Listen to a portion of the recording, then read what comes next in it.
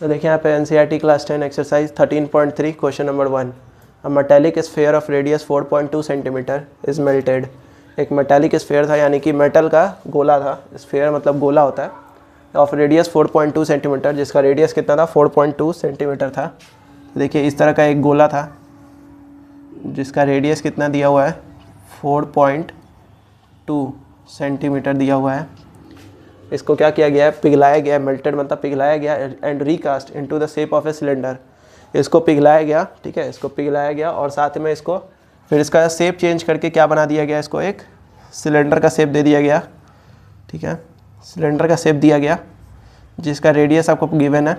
Radius कितना दिया हुआ है 6 सेंटीमीटर और इसका हाइट आपको निकालना है। ठीक है, and find the height of the cylinder. तो इसका मतलब क्या हुआ, इस क्वेश्चन में करना क्या है, इस मेटेलिक स्फीयर था, ठीक है, एक गोला था, उसको पिघलाया गया, उससे एक सिलेंडर बनाया गया जिसका रेडियस आपको दिया हुआ है और हाइट आपको निकालना है। इसका मतलब कि जो वॉल्यूम होगा इस स्फीयर का वो किसके बराबर होगा, वॉल्यूम ऑफ सिलेंडर के। ठीक है, इस तरह के क्वेश्चन में यही कॉन्सेप्ट होता है, जिसको आप पिघला रहे हैं और जिसको बना रहे हैं उन दोनों का वॉल्यूम क्या होगा, सेम होगा।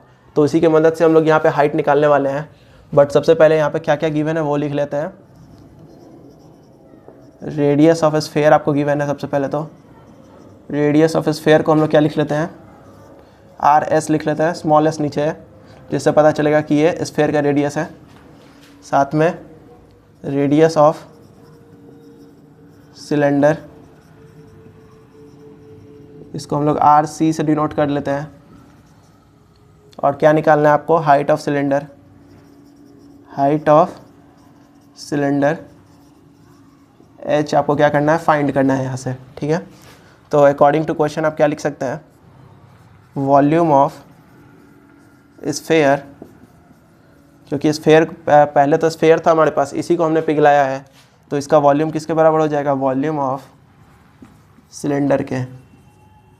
ठीक है, सिलेंडर के वॉल्यूम के बराबर हो जाएगा। तो वॉल्यूम ऑफ स्फीयर का फॉर्मूला आपको पता है 4/3 पाई आर क्यूब।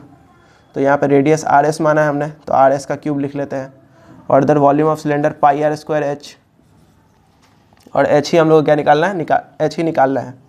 आगे देख लीजिए, यहाँ पे 4/3 हो गया, यहाँ पाई हो गया, इंटू रेडियस क्या है इसका 4.2, 4.2 का cube is equal to pi into इसका रेडियस है 6 सेंटीमीटर का स्क्वायर इंटू एच।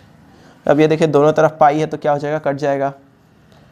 यहाँ से क्या हो गया 4/3 इंटू 4.2 का क्यूब है इक्वल टू 36 इंटू एच। तो एच का वैल्यू आपको निकालना है यहाँ से, तो इसको हम लोग ऐसे भी लिख सकते हैं, इसको इस तरफ लिख लेते हैं और इसको दूसरे तरफ। तो 36 into h is equal to 4/3 into 4.2 का क्यूब।